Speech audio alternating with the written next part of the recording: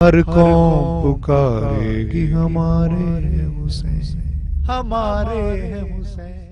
یہ مہو سال جو ہم روتے ہوئے ہنستے ہوئے کاٹتے ہیں، حاصل عمر رواں جانتے ہیں۔ یہ مہو سال جو ہم روتے ہوئے ہنستے ہوئے کاٹتے ہیں، حاصل عمر رواں جانتے ہیں۔ چشم خورشید کی تقویم میں ایک لمحہ پراں کی طرح ہیں کہ جسے ایک نظر دیکھو تو پھر آنکھ سے اوجھل ہو جائے۔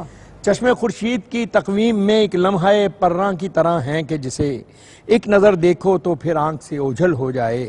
وہ تو پھر شام تھی، وہ تو پھر شام تھی، ان لاکھوں مہو سال کے گرداب میں تنکے کی طرح بہتی ہوئی شام جسے روکتے روکتے دن رات میں ڈھل جاتا ہے۔ کیا بات! وہ تو ایک شام تھی، ان لاکھوں مہو سال کے گرداب میں تنکے کی طرح بہتی ہوئی شام جسے روکتے روکتے دن رات میں ڈھل جاتا ہے، جیسے سیماب کے مٹھی سے پھسل جاتا ہے۔ جیسے سیماب کے مٹھی سے پھسل جاتا ہے۔ وہ عجب شام تھی لیکن جس کے رینگتے سایوں کے پہلو میں زمانے گم تھے۔ وہ عجب شام تھی لیکن جس کے رینگتے سایوں کے پہلو میں زمانے گم تھے۔ خون میں ڈوبی ہوئی ریت پہ بے گور و کفن ان شہیدوں کے بدن تھے کہ جنہیں آسمان سینکڑوں صدیوں میں جنم دیتا ہے۔ سبحان اللہ! کیا بات! رینگتے سایوں کے پہلو میں زمانے گم تھے، خون میں ڈوبی ہوئی ریت پہ بے گور و کفن ان شہیدوں کے بدن تھے کہ جنہیں آسمان سینکڑوں صدیوں میں جنم دیتا ہے۔ ان کے جلتے ہوئے خیمے تھے جنہیں اپنے دامن کی پناہ باب حرم دیتا ہے۔ سبحان اللہ! ان کے جلتے ہوئے خیمے تھے جنہیں اپنے دامن کی پناہ باب حرم دیتا ہے۔ وقت کا کام گزرنا ہے، گزر جاتا ہے، کیسا منہ زور بھی طوفان ہو اتر جاتا ہے۔ واہ واہ واہ واہ! کیسا منہ زور بھی طوفان ہو اتر جاتا ہے۔ وہ عجب شام تھی لیکن جس کا ایک ایک لمحہ زمانوں پہ جہانگیر ہوا۔ وہ عجب شام تھی لیکن جس کا ایک ایک لمحہ زمانوں پہ جہانگیر ہوا۔ لوح تاریخ پہ جس کا ہر لفظ بولتے خون سے تحریر ہوا۔ واہ واہ! لوح تحریر پہ جس کا ہر لفظ بولتے خون سے تحریر ہوا۔ اہل ایمان کی تقدیر ہوا، واہ واہ! اہل ایمان کی تقدیر ہوا۔ آج تک گزری نہیں چشم خورشید کی تقویم میں اس رنگ کی شام۔ آج تک گزری نہیں چشم خورشید کی تقویم میں اس رنگ کی شام۔ خون سے لکھتا تھا ایک شخص وفا کا پیغام۔ خون سے لکھتا تھا ایک شخص وفا کا پیغام، ابن آدم کی ہر ایک نسل کے نام۔ واہ واہ! چشم خورشید کی تقویم میں اس رنگ کی شام، خون سے لکھتا تھا ایک شخص وفا کا پیغام، ابن آدم کی ہر ایک نسل کے نام۔ اے حسین ابن علی تجھ پہ سلام، اے حسین ابن علی تجھ پہ سلام۔ واہ واہ! سبحان اللہ! پروگرام ہمارے ہیں حسین کے ساتھ امجد اسلام امجد آپ کی خدمت میں حاضر ہے۔ آج میرے ساتھ جو علمی ادبی نامور ہستیاں اس موضوع پر بات کرنے کے لیے جمع ہوئی ہیں، ان کا تعارف کچھ اس طرح سے ہے۔ میرے دائیں طرف تشریف رکھتے ہیں جناب سعود عثمانی، ان کے ساتھ بیٹھی ہیں محترمہ عشرت آفرین، میرے بائیں ہاتھ پہ میرے ساتھ ہیں ڈاکٹر ضیاء الحسن، اور ان کے ساتھ تشریف فرما ہیں محترمہ ڈاکٹر صغرا صدف۔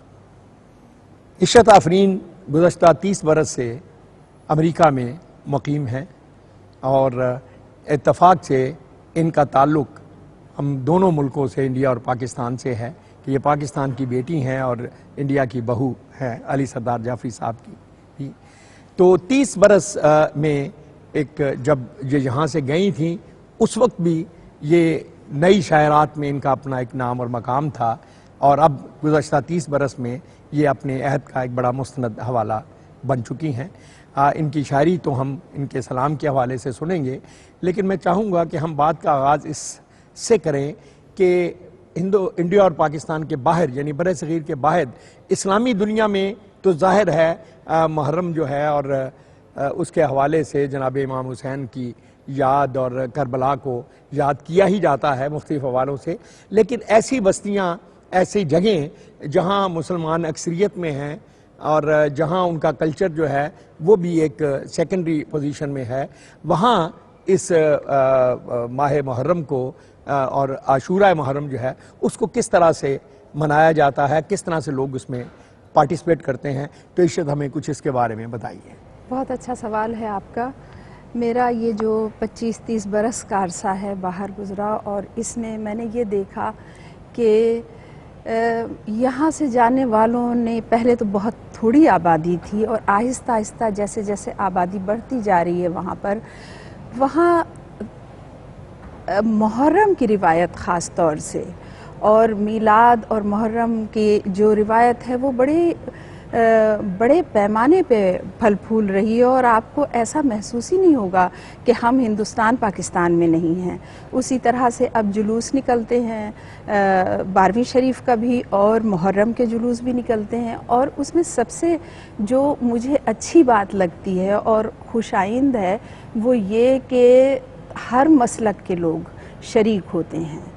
اگر محرم کا جلوس ہے تو آپ دیکھیں گے کہ سبیلیں اور پانی اور لگا رہے ہیں اور پلا رہے ہیں، دوسرے فقہ کے لوگ بھی اور دوسرے مساجد سے بھی آتے ہیں، صرف فقہ جعفریہ کے نہیں۔ اسی طرح سے جب میلاد شریف ہوتا ہے تو وہ تو اس میں سبھی ظاہر ہے کہ وہ، تو میں یہ دیکھتی ہوں کہ وہاں اصل میں اتحاد بین المسلمین کی جو فضا ہے وہ بہت مضبوط ہے اور بہت خوش آئند ہے۔ تو ایک تو یہ پہلو ہے، دوسرے یہ کہ وہ پورا روایت، وہ پوری تہذیب ایک طرح سے سمجھیے کہ وہاں پر منتقل ہو گئی ہے۔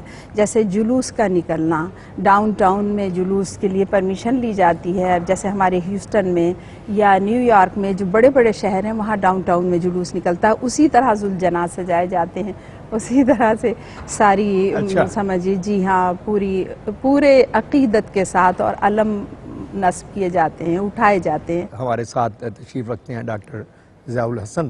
تو ضیاء صاحب، میں آپ سے درخواست کروں گا کہ آپ کچھ مختصراً اس کا ایک پس منظر کہ اسلامی معاشروں میں بالعموم اور برِ صغیر میں بالخصوص معاشرے کی روایت جو ہے اس نے کس طرح سے اپنے آپ کو شیپ اپ کیا؟ امجد صاحب، جیسے کہ ہم جانتے ہیں کہ اس واقعے کے ساتھ ہی ہمارے ہاں نوحہ خوانی کی ایک روایت آغاز ہو گئی تھی عربی شاعری میں، عربی تہذیب میں، اور پھر وہاں سے جب یہ تہذیب ایران پہنچی تو اس میں مزید ایک تبدیلی پیدا ہوئی اور ایک باقاعدہ تہذیبی صورت اس نے اختیار کر لی۔ ہمارے ہاں بر صغیر پاک و ہند میں یہ تہذیب ایران کے رستے سے پہنچی ہے، اس لیے کہ پہلا ہمارا بڑا مرکز دکن تھا، اور دکن کے قطب شاہی عادل شاہی حکمران ایران سے آئے تھے، تو اپنے ساتھ دیگر تہذیبی عناصر کے ساتھ یہ بھی وہ ساتھ لے کے آئے تھے۔ وہ بڑا عجیب و غریب دور تھا مسلم تہذیب کا۔ ایک طرح سے بر صغیر میں وہ تہذیب بن رہی تھی جسے عسکری صاحب نے ہند اسلامی تہذیب کا، بعض اوقات اسے ہند ایرانی تہذیب بھی کہا جاتا ہے کیونکہ ایرانی راستے سے وہ پہنچی تھی، اور اب موجودہ دور میں انڈیا میں اسے مشترکہ تہذیب کہتے ہیں۔ وہ مشترکہ تہذیب بننے کا زمانہ ہے، اور بڑی عجیب و غریب بات ہے کہ اردو شاعری کا آغاز و ارتقاء اور مرثیے کا آغاز و ارتقاء ایک ساتھ ہوا اسی حوالے سے۔ اچھا، کیونکہ دکن کی جو دو پہلی بنیادی بڑی اصناف ادب تھیں، ایک مثنوی تھی اور ایک مرثیہ تھی۔ میر انیس سے پہلے ضمیر اور خلیق کے نام بہت بڑے نام ہیں مرثیے کے حوالے سے، اور ان کی خدمات ناقابل فراموش ہیں، لیکن میر انیس نے اور دبیر بھی بہت بڑے شاعر تھے۔ ایک میں سمجھتا ہوں شبلی نے جو موازنہ لکھا اس سے ایک یہ روایت چل نکلی کہ انیس کا مرتبہ دبیر سے بڑا ہے۔ مجھے ایسا لگتا نہیں ہے، اس لیے کہ جب ہم دبیر کو پڑھتے ہیں تو فنی حوالے سے وہ ہمیں تفوق نظر آتا ہے دبیر کا انیس پر، اور ایک فطری بہاؤ جو ہے وہ انیس کے ہاں بہت زیادہ بے پناہ ہے، یعنی قدرت کلام جسے کہنا چاہیے۔ مجھے ایک اب یاد نہیں کہ میں نے کہاں پڑھا، کہ انیس کے حوالے سے ہی ہے کہ کہیں وہ مصرع پڑھ رہے تھے مرثیہ، تو ایک مصرع انہوں نے پڑھا جو جیسے مشاعرے کی روایت ہے یا مجلسوں کی تو نیچے سے دہرایا جاتا ہے۔ مصرع انہوں نے پڑھا کہ کان نبی کے گوہر یکتا حسین ہے، بڑا مشہور واقعہ ہے، کئی جگہ بیان ہوا ہے۔ تو نیچے سے کسی نے اٹھایا میر صاحب سبحان اللہ کان نبی. اب انہیں پتہ لگ گیا کہ یعنی یہ قدرت کلام دیکھیے, فوراً انہوں نے ریپیٹ کیا گنجے نبی کے گوہر. تو پھر انہوں نے کیا کہ میر صاحب سبحان اللہ گنجے نبی, تو پتہ لگ گیا. پھر انہوں نے فوراً ہی بدلا کہ کان نبی کے گوہر, پھر وہی ریپیٹ ہوا. آخر انہوں نے کہا کہ کنز نبی کے گوہر. اب یہ دیکھیں اتنے لفظ, یہ تھا میر انیس کا کرزما یا کمال, یا اس دور کے بڑے شاعروں کا کمال کہ لفظ پہ پوری گہری نگاہ آتی. اب ایک لفظ بھی ایسا نہیں رکھا جو گوہر کے علاوہ ہو, کان ہو یا بحر ہو یا گنج ہو, سب کا تعلق گوہر سے ہے. بحر نبی کے, ہاں بحر نبی, وہ بھی کہا تھا. تو وہ ان سب کا تعلق گوہر کے ساتھ ہے. لیکن آخر وہ جو بیسٹ سوٹیبل تھا وہ انہوں نے وہاں یعنی سناتے کے دوران ہی. وہ آپ کی بات سے مجھے وہ شعر یاد آ گیا جس کی طرف آپ نے ریفرنس دیا. میر کا جو شعر ہے کہ اپنے شادیوں غم میں جہاں کے 1 سے 10 کا ہے فرق. کیا بات. شادیوں غم میں جہاں کے 1 سے 10 کا ہے فرق, عید ایک دن ہنسی ہے تو 10 دن محرم روئی. کیا بات ہے. وہ اپنے جیسے, کیونکہ عام طور پہ زندگی 4 دن کی کہا جاتا ہے, لیکن یہ 10 روزہ اس کا تعلق بھی ڈائریکٹ محرم سے. ہر قوم پکارے گی ہمارے حسین,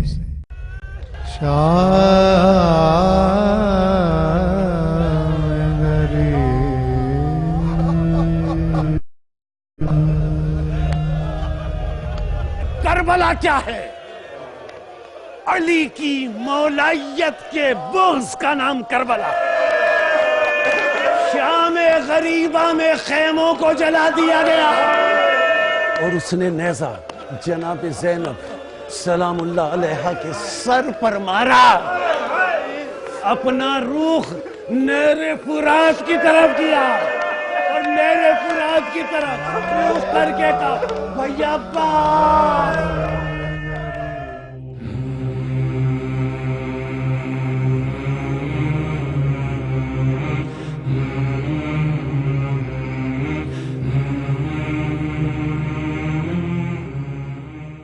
عزاداران مظلوم کربلا, یہ دن وہ ہے کہ جب حسین نے اپنے تمام انصار و اقربا کو قربان کر دیا. میری لاش تیا دیکھی کہ تیر پتھر نیزے. عزادارو اتنا غریب ہو گیا میرا مولا حسین کہ اپنے بیٹے کے قاتلوں سے ہی پوچھ رہا تھا کسی نے دیکھا ہے میرا علی اکبر کا. گھوڑے سے گر رہا ہوں بابا سنبھالنا.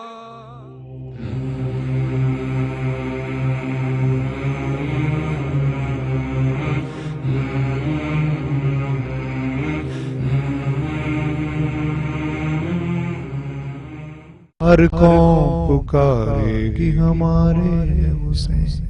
اپنا سعود عثمانی صاحب انہی بات کو, ضیاء الحسن کی بات کو آگے بڑھائیں. تو میر عزیز کو آپ, مجھے پتا ہے بہت آپ نے توجہ سے بڑے شوق سارے ہی پڑھتے ہیں, تو میر عزیز کی کون سی, لیکن ایک ان کی بات میں یہاں اس کی تائید کرتا چلوں کہ ہمارے دوست ہیں ڈاکٹر تقی عابدی, انہوں نے مرزا دبیر پر بہت کام کیا اور لکھا ہے, اور وہ کتابیں میری نظر سے بھی گزری ہیں, اور میں بھی سمجھتا ہوں کہ شاید شبلی نعمانی نے ان کی علمی فضیلت اپنی جگہ, لیکن وہاں وہ جس کو کہنا چاہیے نا اپنے تھوڑی سی ڈنڈی عقیدت میں انہوں نے مار دی, کیونکہ مرزا دبیر بھی بہت بڑے تھے, لیکن اس سے انیس کی عظمت پہ کوئی حرف نہیں آتا, وہ اپنی جگہ پہ ایک عظیم ہے. تو آپ کے خیال میں کون سی ایسے چند عناصر ہیں جن کی وجہ سے میر انیس جو ہیں وہ ایک سنگ میل کی طرح ہمیں مرثیے کے میدان میں نظر آتے ہیں؟ بہت سی خصوصیات ہیں انیس کی, اور جیسا کہ ڈاکٹر صاحب نے بھی فرمایا, آپ نے بھی کہا کہ یہاں کوئی موازنہ مقصد نہیں ہے, مقصود تو ان کی خوبیوں کا بیان ہے. ایک تو میں سمجھتا ہوں بنیادی طور پر جو گداز اور جو تاثیر انیس کے ہاں ہے, میں ذاتی طور پر بطور شاعر یا بطور قاری میں سمجھتا ہوں کہ اس میں وہ بڑھے ہوئے ہیں, ان کا رتبہ میرے خیال میں کم از کم زیادہ ہے. اس کے علاوہ زبان و بیان کی جو اس میں خوبیاں ہونی چاہیے وہ تو دبیر میں بھی بہت ہیں 19 میں, لیکن انیس میں جو مرصع سازی ہے, جیسے کہ آتش کہتے ہیں نا کہ شاعری بھی کام ہے آتش مرصع ساز کا, بندش الفاظ جڑنے سے نگوں کے کم نہیں, شاعری بھی کام ہے آتش مرصع ساز کا. تو اگر مرصع ساز کا لفظ کسی کو سوٹ کرتا ہے تو میرے خیال میں یہ انیس کو کرتا ہے, اس لیے کہ وہ جو لفظ جڑ دیتے ہیں نا وہ اس کے بعد وہ وہاں سے ہلتا نہیں، اور اس کی معنوی سطحیں بہت سی ہوتی ہیں، بہت سی پرتیں ہوتی ہیں، یعنی وہ ایسا نہیں ہوتا. میں نے کتابوں میں پڑھا اور یہ بات معروف ہے کہ وہ سال میں ایک مرثیہ لکھتے تھے پورے سال، اور اس پر غور و فکر کرتے تھے، اس پر رد و بدل کرتے تھے، اور اس میں ترامیم کرتے تھے، لیکن اس میں آورد کہیں سے آپ کو محسوس نہیں ہوتی تھی. ان کے آپ وہ جو فطری بہاؤ کا ڈاکٹر صاحب نے ذکر کیا، وہ ان کی بہت بالا کی خوبی ہے کہ اتنی پورے سال ایک مرثیے پہ کام کرنے کے بعد اصولاً تو اس کو بالکل وہ آورد کا شکار نظر آنا چاہیے، لیکن وہ اس میں اس کی تراش خراش اس انداز میں کرتے تھے کہ زور بیان کہیں سے کم نہیں. میں آپ کی بات میں تھوڑا سا اضافہ کروں. آج مجید زمانے میں چونکہ ہمارا تعلق تھوڑا سا ڈرامے وغیرہ سے بھی ہے، تو ایک تو وہ پڑھت جو ہوتی تھی لوگوں کے آڈینس کے سامنے پڑھنا، لیکن میر عزیز کے مرثیوں میں مجھے ایک چیز جو خاص جس نے بہت اپیل کی، میں آپ کی بات کو آگے وہ اس کا اوپننگ مصرع ہے جہاں سے وہ شروع کرتے ہیں. جی ہاں، سبحان اللہ. مرثیہ جو ہے بخدا فارس میدان تحور تاہر، ایک نیا ایک لگتا ہے وسٹا، ایک نیا جو ہے وہ اس کی مثال امجد صاحب وہ جو مرثیہ ہے جو آغاز ہوتا ہے کہ جب قطع کی مطابقت شب آفتاب جلوہ کیا سحر کے رخ بے حجاب نے دیکھا سوئے فلک. کہا جاتا ہے کہ وہ پورا مصرع ہی ہے، پورا مرثیہ ہے کہ آج شبیر پہ کیا عالم تنہائی، سبحان مکمل مصرع ہے، مصرع میں ہی یہ پورا مرثیہ ہے، پورا مرثیہ کمال ہے. اس کے علاوہ مطلب ان کے ہاں جو بعض مصروں کی جو بنت ہے وہ اتنی غیر معمولی ہے. مثلا وہ جب کہتے ہیں کہ سب کے رخوں کا نور سپہرے بری پہ تھا، 18 آفتابوں کا غنچہ زمین پہ تھا. اب یہ مصرع جو ہے 18 آفتابوں کا غنچہ زمین پہ تھا، مبہوت کر دینے والا مصرع ہے.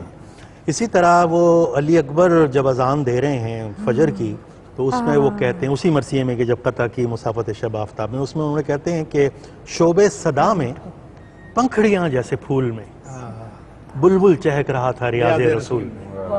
اب شوب صدا میں یہ جو آواز کا زیر و بم ہے، اس کو جو شعبوں سے تعبیر کرنا ہے، یہ بھی بڑی غیر معمولی ان کی کمال کی بات ہے. پھر وہ لفظ ایسا رکھتے ہیں خاص طور پر کہ اس کو جو نکتہ دان حضرات ہیں وہ اس کے لطف لیتے ہیں. مثلا بظاہر ایک سرسری سا مصرع ہے کہ مرغان تیر سہمے ہوئے آشیاں سے دور. اب لیکن کوئی جو عربی دان ہے وہ جانے گا کہ تیر کا لفظ ہے اور عربی میں سہم تیر کو کہتے ہیں.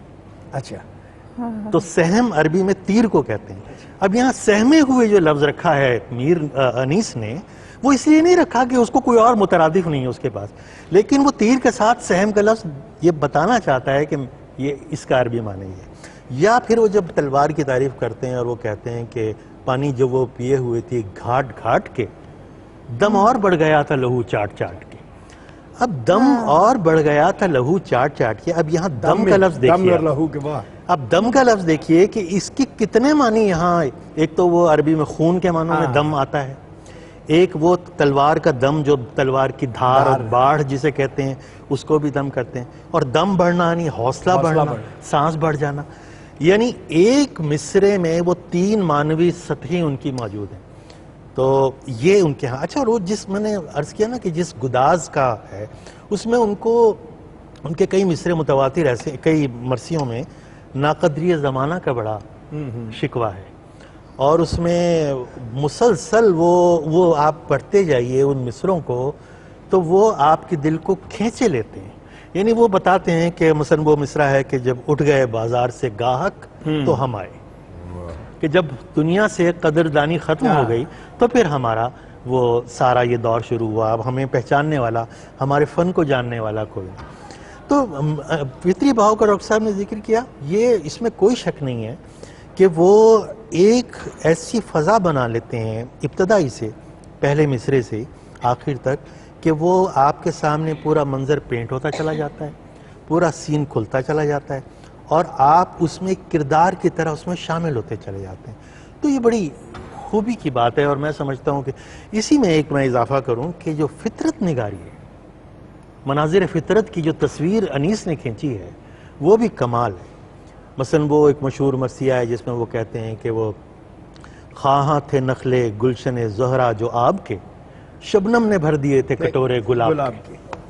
اب یہ مصرع کیسا خوبصورت ہے کہ شبنم، صبح کے وقت کی اس کی جو تعریف ہے کہ شبنم نے بھر دیے تھے کٹورے گلاب کے، اور کھا کھا کے اس اور بھی سبزہ ہرا ہوا تھا موتیوں سے دامن صحرا بھرا. جو آپ نے بات کی ناقدر شناسی تھی، سودا کا ایک شعر ہے، وہ اس کے بعد ہم سغرا کی طرف آتے ہیں کہ وہ کہتے ہیں کہ ناقدر شناسی سے خلائق کی جہاں میں، واہ، ناقدر شناسی سے خلائق کی جہاں میں جس کو ہنر آیا اسے انکار ہنر ہے.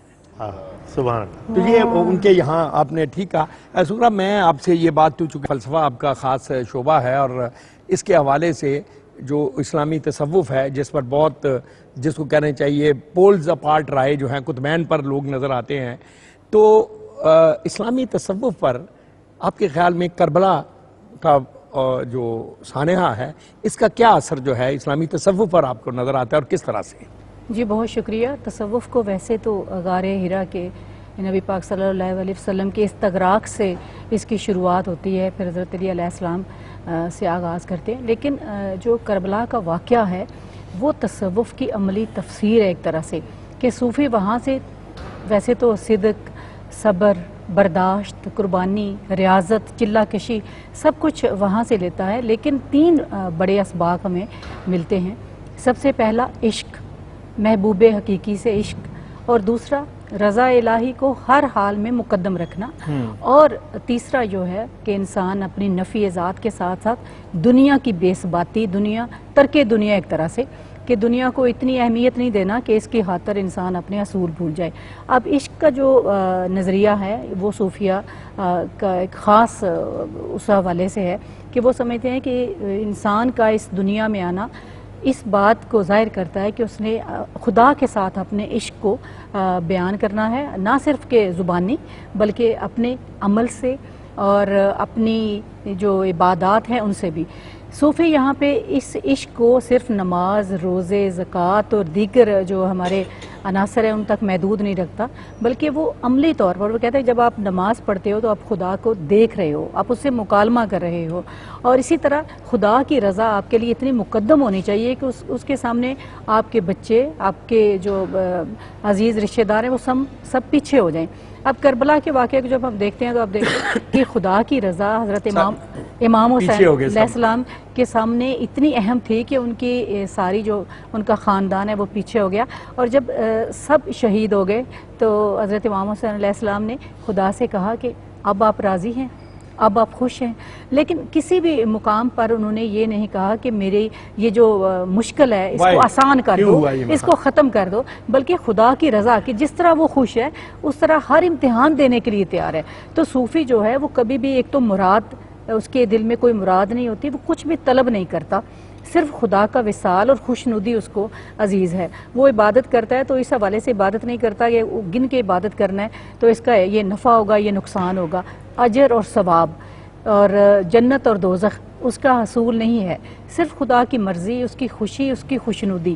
تو یہ میں سمجھتی ہوں کہ خاص طور پر کربلا سے یہ چیزیں اخذ کی گئی ہیں کہ اس کو کسی صلے کی ضرورت نہیں ہے، نہ دنیاوی حوالے سے اور نہ ہی آخرت کے حوالے سے، بلکہ صرف خدا کی خوشنودی کو عزیز رکھتا ہے، اور پھر دنیا کی بے ثباتی جو ہے اس کا تذکرہ کرتا ہے. اور یہاں سے ہی عالم اور عاشق کا فرق ظاہر ہوتا ہے کہ جو عاشق ہے وہ کس طرح اپنی جان کو قربان کرتا ہے. اور پھر کربلا سے ہمیں عقل اور وجدان کے درمیان بھی ایک فاصلہ اور ایک 2 مکتبہ فکر نظر آتے ہیں. ایک باطنی جو رہنمائی ہے اس کی طرف توجہ دیتا ہے، اور ایک جو علت و معلول کے جھگڑے ہیں، جو عقل کی ساری موشگافیاں ہیں اس حوالے سے. تو یہ جو چیزیں ہیں یہ میں سمجھتی ہوں کہ کربلا سے اسلامی تصوف کے حوالے سے میں ایک بات اور کہوں گی کہ ہم تصوف کے حوالے سے اسلام اور غیر اسلامی کی بات نہیں کر سکتے، کیونکہ یہ جو عظیم داستان ہے یہ پوری انسانیت کی میراث ہے. اب دیکھیں سقراط کی جو مثال ہے وہ پوری دنیا کے لوگ اس کا حوالہ دیتے ہیں اور اس کو اون کرتے ہیں، اور بطور انسان ہم سمجھتے ہیں کہ وہ انسانیت کی معراج ہے. اسی طرح واقعہ کربلا جو ہے یہ بھی صرف اسلامی تصوف تک محدود نہیں ہے، بلکہ تصوف کے جو دیگر مکتبہ فکر ہیں، ویدانت ہے یا بھکتی تحریک ہے، ان میں بھی ہمیں یہ چیزیں نظر آتی ہیں. اچھا عشت، آپ چونکہ بنیادی آپ شاعرہ ہیں تو پہلے تو آپ ہمیں، مجھے پتا آپ نے بہت اچھے سلام لکھے ہیں، کوئی سلام کے چند اشعار سنائیے پھر ہم بات کو آگے لے کے چلتے ہیں. اے غبار سرے کربلائے علم،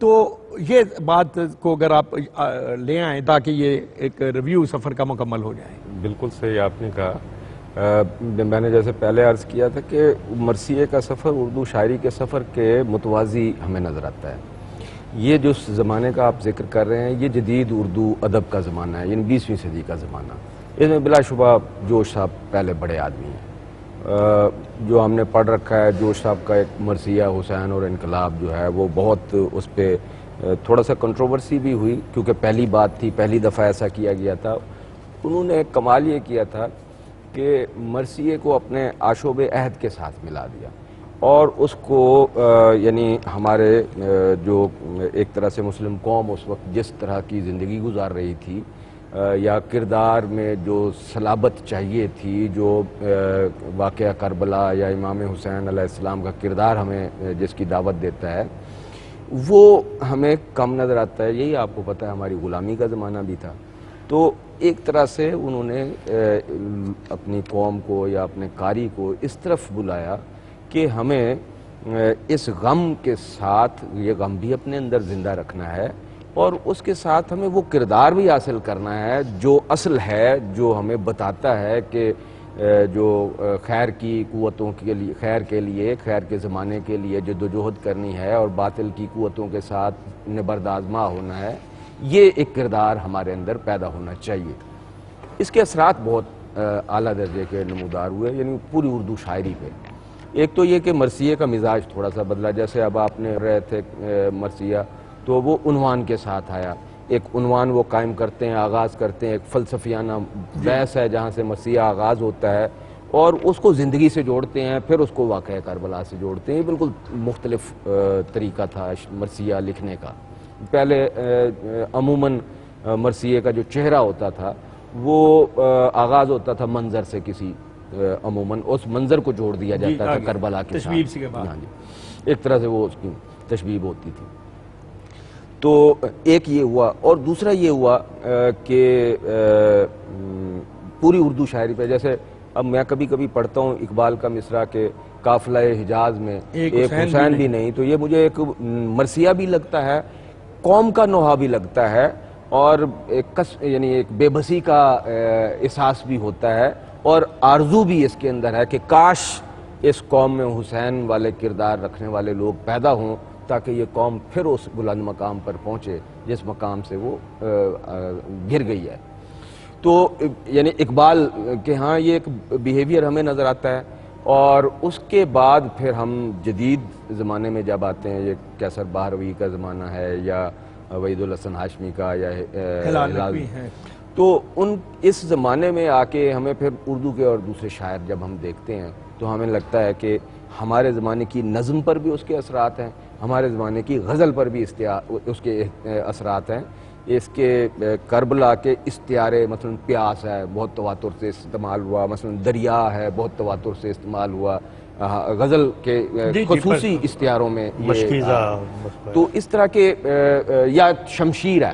آپ جانتے ہیں کہ 70 کی دہائی کے شاعر جس طرح جو جن علامتوں کو، جس میں گھوڑا ہے اور تلوار ہے اور میدان ہے اور جنگاہ ہے، یہ سارا اس کے پس منظر میں ہمیں تھوڑے سے داستانوی اثرات بھی نظر آتے ہیں، لیکن اصل میں مجھے ایسا لگتا ہے کہ یہ تہذیبی اثرات ہیں جو واقعہ کربلا سے جڑے ہوئے ہیں.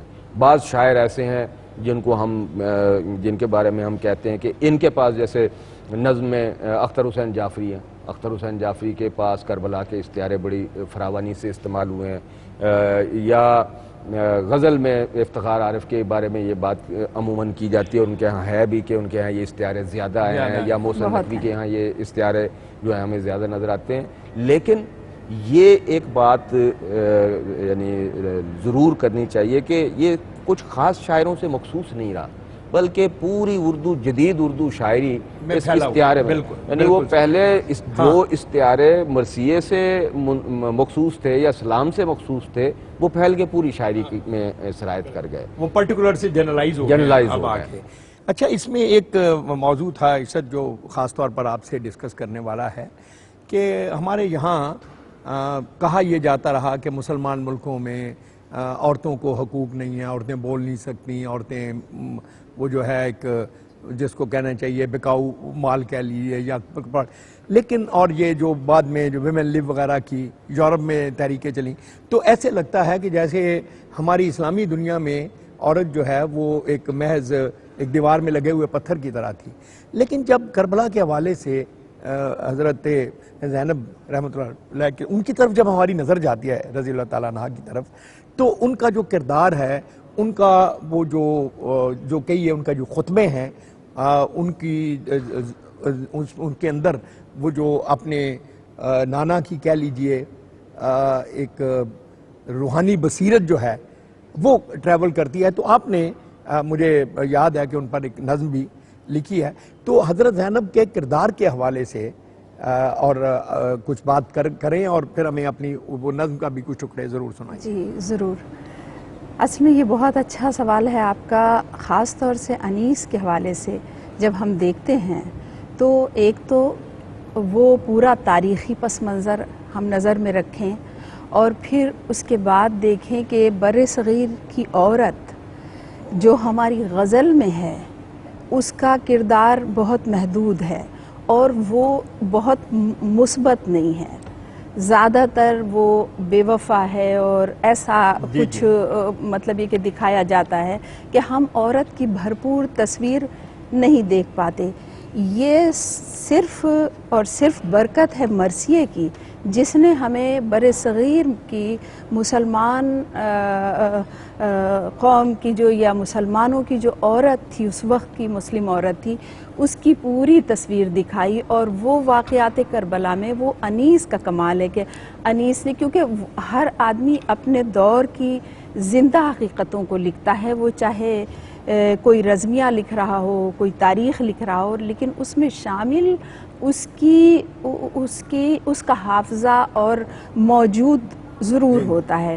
تو ہم دیکھتے ہیں کہ انیس کے ہاں کیسی خوبی سے کردار آئے ہیں وہ واقعات کربلا میں, اور خاص طور سے انہوں نے ان کرداروں کو اپنے مرثیے میں ابھار کے عورت کی ایک ایسی شفاف اور ایسی زندہ اور چلتی پھرتی ہوئی جسے کہنا چاہیے چلتا پھرتا زندہ کردار انہوں نے پیش کیا. اور وہ ظاہر ہے کہ جناب زینب کی شخصیت کی, جناب زینب کے کردار کی طاقت اور قوت تھی, لیکن اس کو اجاگر کرنا جو ہے وہ شاعر کا کمال تھا.